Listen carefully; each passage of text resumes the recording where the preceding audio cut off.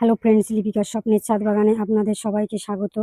বন্ধুরা, আজকে আমি রেন লিলি গাছের বীজ থেকে চারা কিভাবে তৈরি করতে হয় সেটাই আপনাদের সামনে আমি তুলে ধরবো। আপনারা সঙ্গে থেকে পুরো ভিডিওটা দেখতে থাকুন।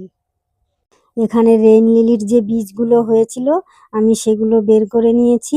এই বীজগুলো আমি একটা একটা করে বসিয়ে দেব। এই বীজগুলো দেখতে ঠিক পেঁয়াজের দানার মতো। বীজ থেকে যখন চারা হবে তখন আমি এই ভিডিওতেই আপনাদের সামনে আমি তুলে ধরবো। আমার বীজগুলো প্রতিস্থাপন হয়ে গেছে। এখন জল দিয়ে দেব। তারপর কিছুদিন পর আপনাদের সামনে আমি ফিরে আসব।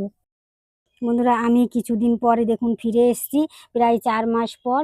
আর দেখুন রেন লিলি টবে পুরো গাছগুলো একদম ভর্তি হয়ে গেছে। কয়েকটা গাছ ছিল, টবটা ভেঙেও গেছে।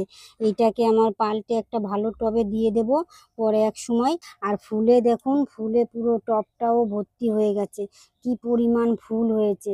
আর এই যে এখানে যেরকম বীজ বেরিয়েছে, এখানে একটা বীজ বেরিয়েছে। এই বীজগুলো পাকলে যে দানাগুলো হবে, ওই দানাগুলো ছড়িয়ে দিলে আবার নতুন করে চারাও তৈরি করা যাবে।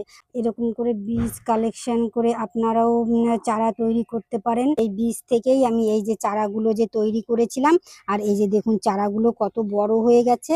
আরও কয়েকটা চারা বেরিয়েছিল, সেই চারাগুলো তো কয়েকটা মারাও গেছে।